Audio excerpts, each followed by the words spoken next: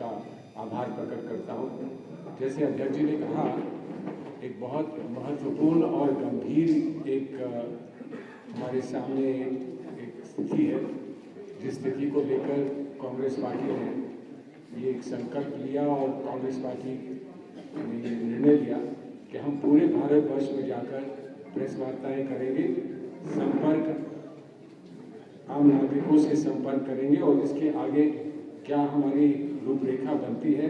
वो 26 तारीख को जब हम लोग बेलगांव में बैठेंगे और बेलगांव में फिर इस पर विचार होगा, विचार के बाद आगे की रूपरेखा बनेगी, उसकी घोषणा हम वहाँ से करेंगे। लेकिन मुझे आदेश ये हुआ कि ये मामला इतना गंभीर है और हमारे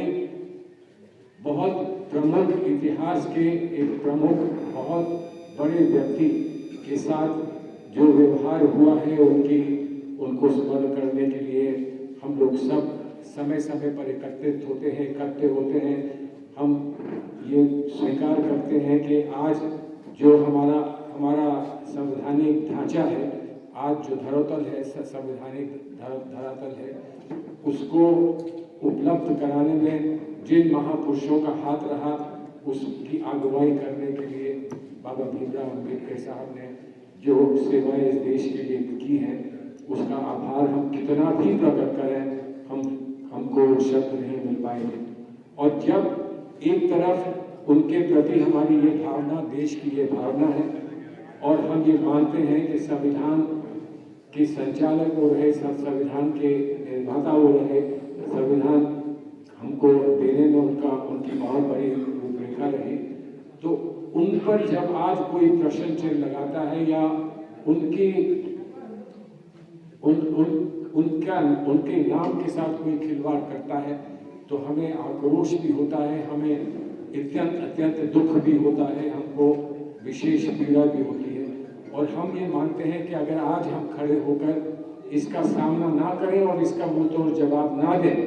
तो आने वाले समय में हमको इतिहास माफ़ नहीं करेगा, आने वाली पीढ़ियां हमको माफ़ नहीं करेंगी कि हमने भारत के इतिहास को इस तरह से धूमिल होने दिया और संविधान पर इस तरह से